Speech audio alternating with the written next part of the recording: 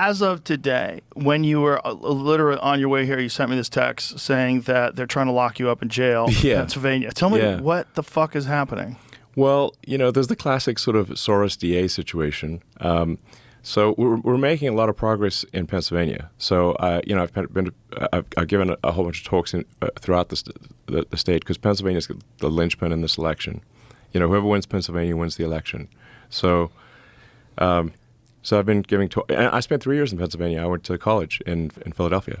So it's not like I'm not like a total stranger to the state. I spent 3 years there. And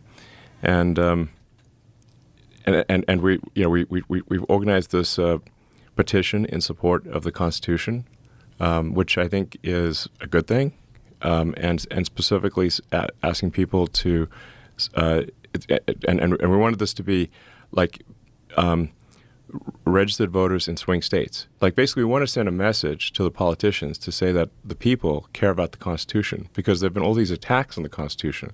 They've been, especially on the Democrat side, they've been repeatedly saying that the First Amendment is an obstacle, and they're claiming, the First Amendment is enabling disinformation, misinformation. And I'm like, there's a reason for the First Amendment, like freedom of speech.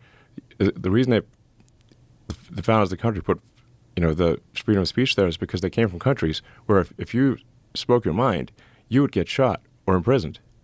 That's why the First Amendment exists. And the Second Amendment is there to stop the tyranny of government. The Second Amendment, the right to bear arms, is there to protect freedom of speech. And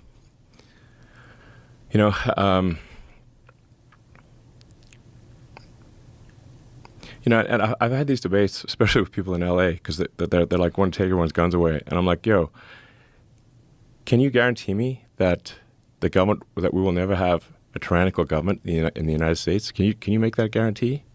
They're like, well, nobody can make that guarantee. I'm like, then we need to keep our guns, because that's what's going to stop it.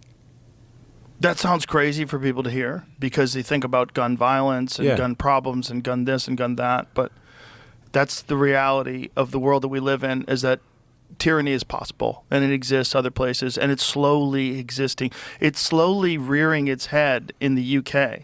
You're seeing, I think the number of people that have been arrested for just social media posts is bananas. It's in the thousands. Yes, several thousand people have been given prison sentences in the UK for social media posts.